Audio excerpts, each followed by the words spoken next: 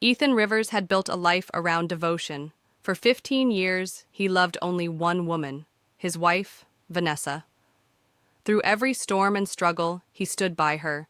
When her mother died, when they lost their first child, when he worked double shifts to put her through law school, his reward, a beautiful house in the suburbs, a son they both adored, and betrayal. Ethan found out on a Tuesday, that mundane, gray Tuesday when he left his lunch on the kitchen counter. He came back home to grab it, he wasn't supposed to be home, and heard her laughter. A different kind of laughter, the one he hadn't heard in years, and then he saw them, Vanessa and Marcus, his best friend, shirtless, smiling. The worst part wasn't the act, it was the ease, the way she looked so alive, a woman he hadn't seen in years, not that version of her. Ethan said nothing, not that day. Over the next 2 weeks, Ethan played dumb. He kissed her goodnight, helped with homework, did the dishes, but something shifted in his eyes, something calculating. He started digging. Photos, texts, deleted emails. Vanessa wasn't just cheating, she was planning to leave. Secret bank account, apartment lease under a fake name. She just hadn't told him yet, so Ethan made a plan. First, he got close to her boss, Linda, the senior partner at Vanessa's law firm. He found out that Linda had a soft spot for family men, especially ones in pain. Ethan played the wounded husband to perfection, slowly leaking hints about Vanessa's struggles with honesty, her emotional instability, and her recent disappearance during work hours. Linda was sharp, suspicious. Ethan knew exactly what he was doing.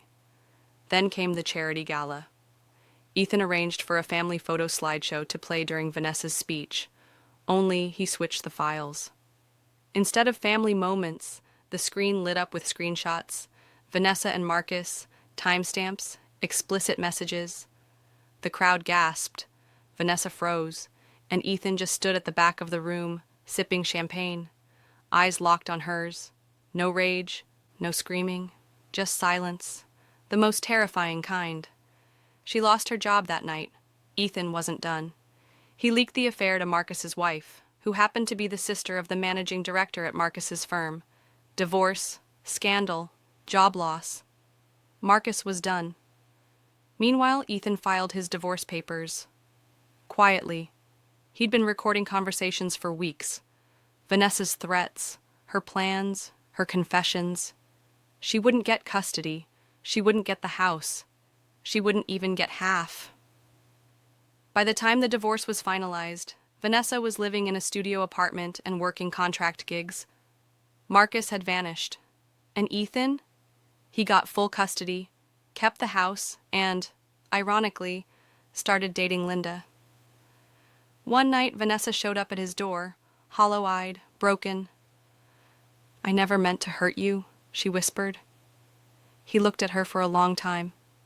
"I know," he said, and closed the door in her face, not out of hatred, out of mercy. Because if he opened it,